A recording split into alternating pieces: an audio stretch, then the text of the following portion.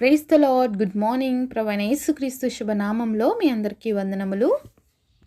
చిన్న ప్రార్థనతో ఈరోజు దేవుడి వాగ్దానాన్ని స్వతంత్రించుకుందామా? పరిశుద్ధుడైన మా తండ్రి, నీ ఘనమైన శ్రేష్టమైన నామాన్ని బట్టి వందనాలు చెల్లిస్తూ ఉన్నాం ప్రభువా. ఉదయకాల సమయంలో నీ సన్నిధిలో ఉండటానికి మాకు ఇచ్చిన కృప కొరకే వందనాలు తండ్రి. ఎవరికి ఏ మాటలైతే అవసరమైనాయో తండ్రి, ప్రతి హృదయాన్ని చూస్తున్న దేవుడిగా నీ విలువైన మాటల చేత మా ఒక్కొక్కరిని దర్శించి మా జీవితాన్ని సరిచేసి యోగ్యముగా నీ కొరకు జీవించడానికి కృపనివ్వమని యేసు నామములో ప్రార్థిస్తున్నాము తండ్రి. ఆమేన్. ఈరోజు దేవుని వాగ్దానము విలాప వాక్యములు 3వ అధ్యాయము 27వ వచనము. యవ్వన కాలమున కాడి మోయిట నరునికి మేలు. Lamentations chapter 3 verse 27. It is good for a man that he bear the yoke in his youth. ఈ అద్భుతమైన వాగ్దానం యవ్వన బిడ్డల జీవితంలో నెరవేర్చబడును గాక. ఆమేన్.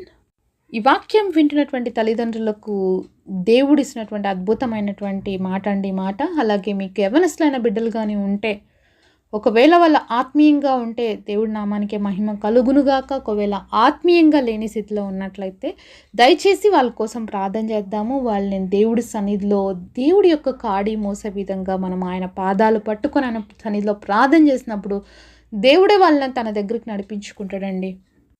నూతన సంవత్సరము చాలా దగ్గరికి వస్తుంది కాబట్టి యవ్వనస్తులు అందరు కూడా చాలా ప్రిపరేషన్లో ఉంటారు కదా అండి. ఆ రోజు సైలెన్సర్ పీకేసి సౌండ్లు ఎంత భారీగా చేయాలి, తాగి తందనాలు ఆడాలి, కేక్ కటింగ్లు చేసుకోవాలి, ఫ్రెండ్స్తో తిరగాలి, పబ్బులలో ఉండాలి అని చాలామంది యవ్వనస్తులు ప్రయాసపడుతున్నారండి.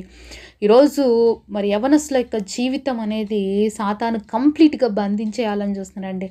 ఒకప్పుడు ఒక సినిమా చూడడానికి సినిమా హాల్కి వెళ్తే తప్ప సినిమాలు చూసేవాళ్ళు కాదు.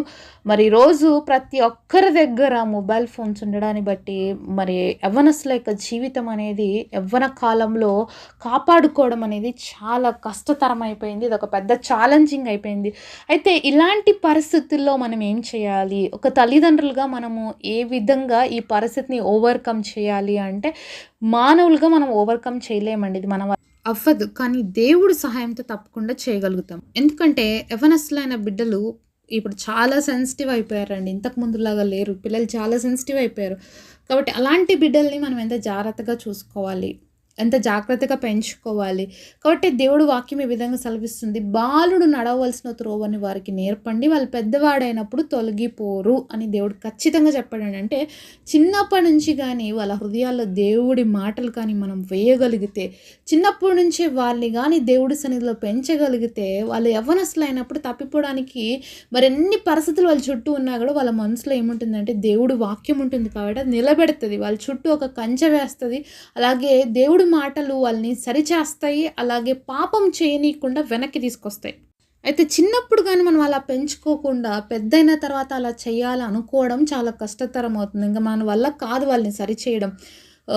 8 to 11 years వరకు కూడా చాలా హారబుల్గా ఉంటుంది పిల్లల్ని సరి చేసుకొని పెంచుకోవటం. అలాంటిది యవ్వనస్తులుగా మారిన తర్వాత వాళ్ళని సరిచేయడం అనేది తల్లిదండ్రులకు ఒక పెద్ద ఛాలెంజింగ్ అని చెప్పాలి. 11 years వరకు మనం ఎంతగా మోల్డ్ చేయగలిగితే అంతవరకు. అదే పెద్దవాళ్ళు చెప్తారు కదా సామెత, మొక్క వంగంది మానే వంగుతుందా అని. మానైపోతుంది కాబట్టి దీన్ని వంచడం మన వల్ల కాదు. కానీ దేవుడికి అసాధ్యమైనది ఏది లేదు. ఎవరినైనా దేవుడు మార్చగలడు. అలాగే దేవుడు ఎవరినైనా ఏ సమయంలో అయినా కూడా మంచి వాళ్ళుగా చేసేటువంటి శక్తివంతుడు. ఆయనకి మనం మన బిడ్డల జీవితాలని అప్పగించడం నేర్చుకోవాలి.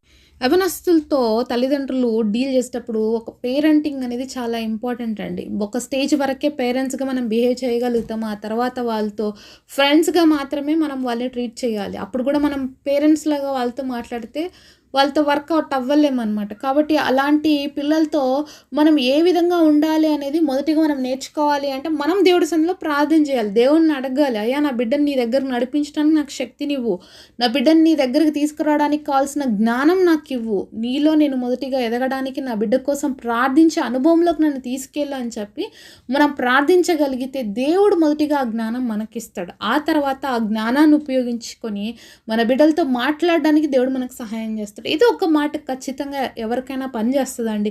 అలాంటి ఒక్క మాట చాలు. దేవుడి మాటల చేత ఎంతోమంది యవ్వనస్తులు పట్టబడిన వాళ్ళు ఉన్నారండి. ఎంతోమంది దోపిడీలు చేసేవాళ్ళు, దొంగలు, వ్యభిచారులు, పాపాత్ములు, దుర్మార్గులు ఎంతోమంది ఈ బైబిల్ ద్వారా, దేవుడి మాటల ద్వారా సరిచేయబడిన వాళ్ళు ఉన్నారు.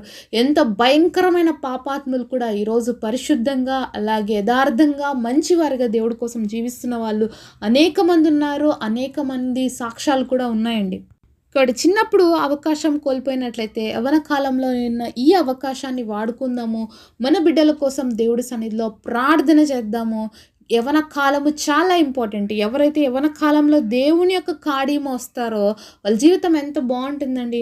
వాళ్ళు పెరిగే కొద్దీ అన్ని విషయాల్లో కూడా వాళ్ళు వర్ధిల్లుతారు. యవ్వన కాలం అనేది చాలా ఇంపార్టెంట్, చాలా ప్రీషియస్ టైము. అలాంటి సమయాన్ని కానీ దేవుడికి అప్పగిస్తే నిజంగా మన జీవితము చాలా గొప్పదిగా మార్చబడుతుంది.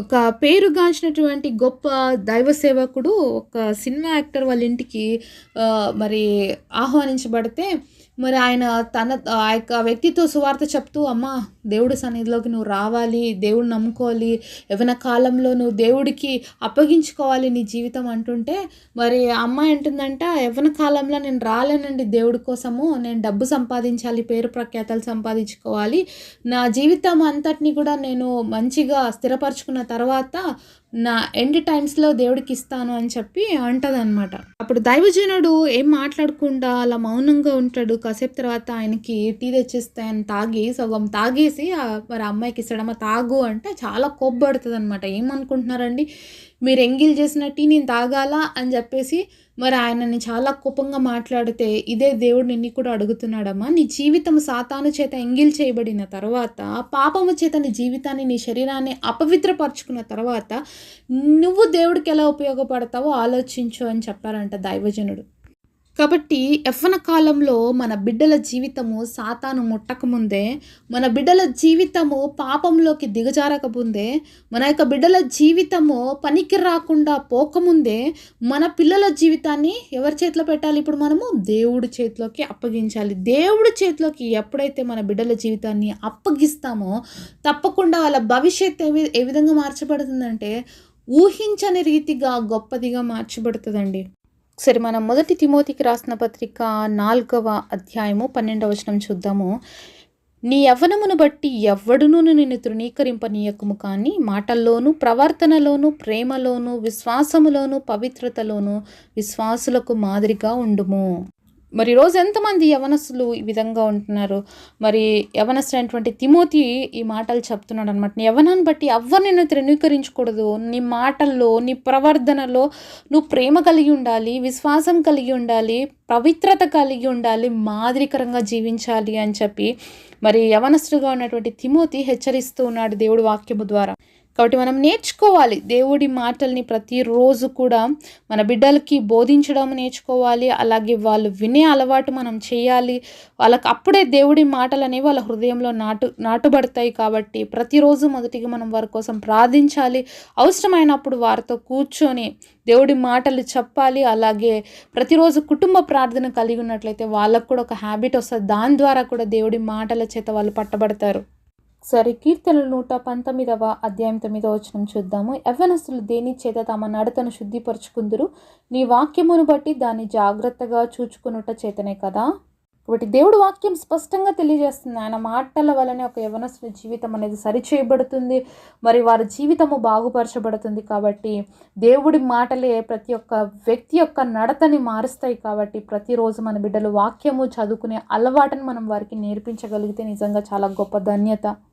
సరే, మనం సామెతల గ్రంథం 1వ అధ్యాయం 8-9 వచనాలు చూసినట్లయితే, నా కుమారుడా, నీ తండ్రి ఉపదేశం ఆలకింపుము, నీ తల్లి చెప్పు బోధను త్రోసివేయకుము, అవి నీ తలకు సొగసైన మాలికయు, నీ కంఠమునకు హారమునై ఉండును. కాబట్టి దేవాది దేవుడు మరొకసారి తల్లిదండ్రులకి గుర్తు చేస్తున్న మాట ఏంటంటే, మీ పిల్లలకి మీరు తండ్రిగా ఉపదేశం చేయండి, తల్లిగా వారికి బోధ చేయండి. రెండు చాలా అవసరం అండి. తండ్రి ఉపదేశం చేయాలి, తల్లి బోధ చేయాలి. మరి ఉపదేశము, బోధ ఈ రెండు కూడా చాలా డిఫరెన్స్ ఉంది. కాబట్టి ఈ రెండు మన పిల్లల జీవితంలో ఇంప్లిమెంట్ చేసేవారుగా ప్రతిరోజు కూడా తల్లి వారిని బోధిస్తూ సరిచేస్తూనే ఉండాలి. తండ్రి అవసరమైన ప్రతిసారి ఉపదేశాలు ఇస్తూ వాళ్ళని సక్రమంగా దేవుడి మార్గంలో పెంచాలి. తల్లిదండ్రుల యొక్క బోధ పిల్లలకి, అలాగే వారి ఉపదేశం ఎలా ఉంటుందంట, వాళ్ళ తలకి సొగసైన మాలిక ఒక కిరీటం లాగా, అలాగే వాళ్ళ యొక్క మరి నెక్‌లో నెక్ చైన్ లాగా అంటే అంత బ్రైట్‌నెస్, అంత గ్లో ఇచ్చేదిగా ఉంటాయన్నమాట. కాబట్టి నేనేం చెప్పాలిలే వయసొచ్చిన పిల్లలకి అనుకోకుండా దయచేసి మీ బిడ్డలతో మాట్లాడండి. వాళ్ళకి దేవుని గురించిన మాటలను బోధించండి, అలాగే ఉపదేశించండి. యవ్వన కాలంలో దేవుడి కాడి మోయటలో మీరు కూడా వారికి సహాయం చేయండి. ప్రార్థించే తల్లిదండ్రులుగా ఉందాము. వాళ్ళని యోగ్యులుగా దేవుడి కోసం తీర్చిదిద్దుదాము. అట్టి కృప దేవుడు మనందరికీ దయచేయును గాక. పరిశుద్ధులైన తండ్రి, మీరు మాతో మాట్లాడిన ప్రతి మాట కొరకు వందనాలు తండ్రి. మరి యవ్వన కాలంలో నరుడిని కాడి మోయటంత మేలని చెప్పావు తండ్రి. మరి యవ్వనస్తులైన తల్లిదండ్రులకి ప్రతి ఒక్క బిడ్డలకి నాయన నీ జ్ఞానం ఇచ్చి యవ్వన కాలంలో బిడ్డలు నడిపించడానికి తండ్రి ఉపదేశించేవారుగా, తల్లి బోధించేవారుగా ఉండగలిగినట్లుగా కృపనివ్వండి. అయా ప్రతి తల్లిదండ్రులని ప్రభా బిడ్డల్ని సిద్ధపరిచేటువంటి జ్ఞానం ఇవ్వండి, ప్రార్థించేవారిగా చేయండి. మా యవ్వనస్తులైన బిడ్డలందరినీ చేతులకు అప్పగిస్తున్నాం. రానున్న నూతన సంవత్సరంలో వాళ్ళు నూతనమైన ఆశీర్వాదాలతో నీ కాడి మోసి నీకు యోగ్యముగా పనిచేసే పాత్రలుగా ఉండుట కృపనివ్వమని యేసు నామములో ప్రార్థిస్తున్నాం తండ్రి. ఆమేన్.